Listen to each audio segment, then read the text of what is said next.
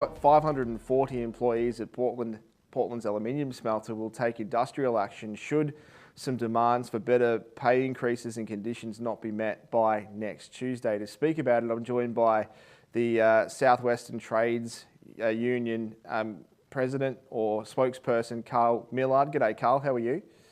Hi, Liam. How you going? Good. Carl, this is a real concern. First and foremost, tell us about how it's come to this. Well, we started negotiations a little bit later than set out in our agreement. So it just seemed like Alcoa weren't really keen to get into this negotiation right from the day one. After plenty of lobbying from all our employees out there, we had a fairly extensive list. And I'll just say it, our commissioner, when we've been to the commissioner, said it was a bit of a hamburger with a lot. We've stripped that down a heap. We've made huge concessions on the pay increase which we asked for, and coming out of a commission hearing last week, we hadn't settled on it, but it was a claim that we could possibly take back to the members and see how they voted on it. Okay, and obviously the members have voted and they've voted unanimously in favour of what looks like it's going to be one of the biggest, I guess, stop works in the Portland Aluminium's history. Yeah, this has never happened before in the history of the plant. It is an extreme action that the members have voted on. It's because they haven't been heard. And this wasn't all over pay. This was just over mainly some conditions in the end. Even though they probably weren't happy with the 12%, I feel that they probably would have conceded to it, but it's really to do with the conditions that they're trying to strip away. We could have had a handshake deal on this. To local exports in Victoria particularly, I think 560 million. You'd reckon that the people that are on the tools, you know, they should have a little bit of, I guess, respect shown from management. Yeah, we really feel this. There's been some major concessions from the national government. You know, there's $2 billion on the table there for aluminium industries.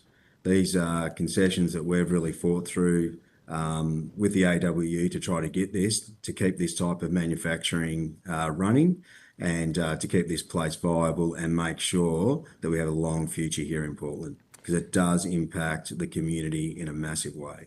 Yeah, it certainly does. And you only need to look at the cost of living right around the country and, no different down here in Southwest Victoria.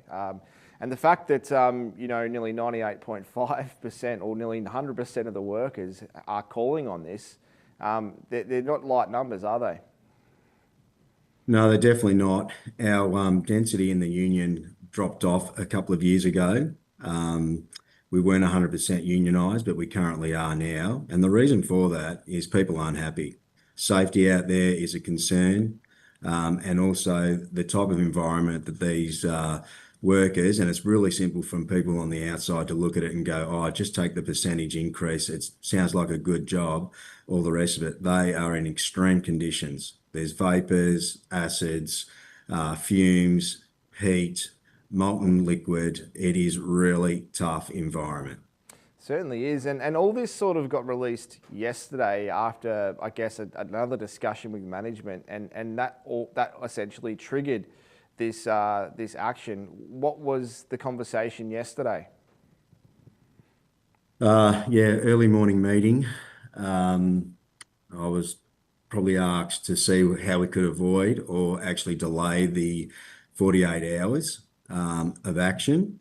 Myself and the senior site delegate went into that meeting with a very open mind on that, and I believe that we could have come to an agreement. We didn't ask for not one pay increase at all. All we asked for was that the senior site delegate clause go into the agreement. We can agree on that and then move forward with a few other clauses which weren't completely agreed to, and they turned it down. I just can't believe it. It was a non-cost item, a quick handshake, and we could be avoiding this completely for at least 7 days. And it needs to be noted as well that we were just talking before we came on, but there has been pay increases received and accepted by management as well, which is a further insult, isn't it, to the people that are working hard in those conditions? Yeah, it definitely is. Throughout the times when our membership didn't really get what you call a pay increase, some ones and zeros even, over the last few years, management behind the scene were always picking up fairly large increases. It just rubs salt into the wound of those, blue collar workers that work out on the floor. And, it comes back to the fact just of the sheer size of Portland's Alcoa smelter and the volume that it outputs. It's by far one of the biggest, in the Southern Hemisphere. And to have it basically right here in the area, something like this could be just absolutely so, it'll be such a really big, hit to the trade if this continues on. So it wouldn't come as a light decision for you and the union to be able to do this, because you do appreciate just how important the smelter is. Yeah, you got to realise we didn't just go out there and think, oh, we're going to grab these guys 25% pay increase. We didn't think that the company, after going to the commission with a direction of what do we need to get this job done, and the commissioner said in the commission we agreed to these clauses, this would happen. But unfortunately, a few hours before we had our mass meeting, we had an email come in from Western Australia, which had changes on it which we didn't agree to. And I can tell you now, hand on heart, the membership were probably pretty keen on the 12%. But now, after seeing that, it was just like having the rugs ripped out from under your feet, and they voted with their heart, not their mind. They don't want to go to work. It's such a volatile thing we're faced with at the moment, isn't it, Carl? Because, Alcoa and the big production companies, they're looking at any excuse to be able to, I guess, reduce costs by pulling out of countries like Australia. You see the US has imported, it put some tariffs in place as well.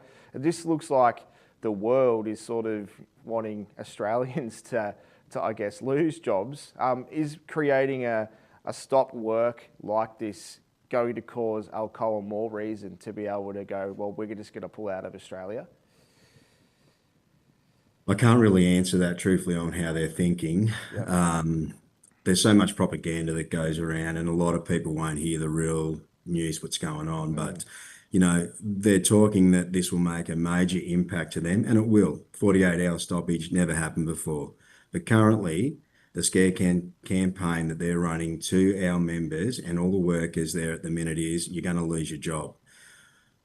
The production side of it out there at the minute, I've just had an update this morning. They talk about the pots breaking down because they're going to overflow with aluminium, which is just an outright lie.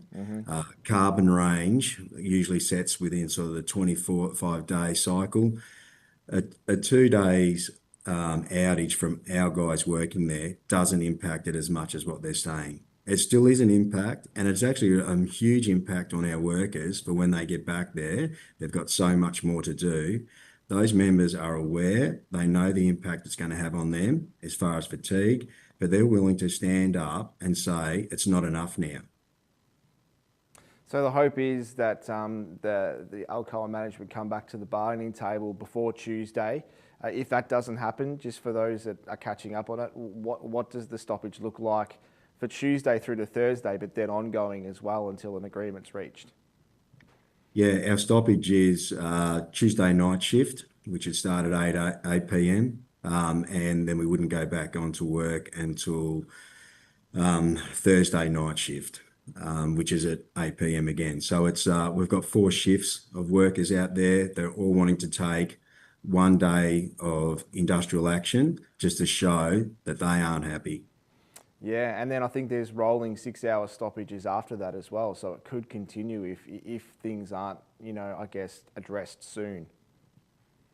Yeah, it definitely seemed like Alcoa thought that this was only going to be the only industrial action we were going to pull. We've got a very lengthy campaign. The next one will be 96 hours. The one after that will be 110. So we are prepared for the fight on this. These guys are prepared to stand out in the grass. We didn't ask for a cent more. All we wanted were these clauses in there, which just looked after our rights and entitlements. Yeah, it's certainly beggars belief, that's for sure. And and just reading the press release and hearing from you, 40 years of solidarity, good work, loyalty. It's all just at risk now, isn't it? Yeah, it certainly is. I did 20 years of working out there. The culture has definitely changed since I left. Change of management. There's been a lot of people, a lot of managers have been there for 20 years, and unfortunately, things need to change. Yeah, and the lifeblood of that community relies on better conditions and this continuing and being sorted very, very soon. Thank you very much for your time, Carl Millard from the AWU Southwest. And look, I really do hope that something is reached soon. Yeah, so do I.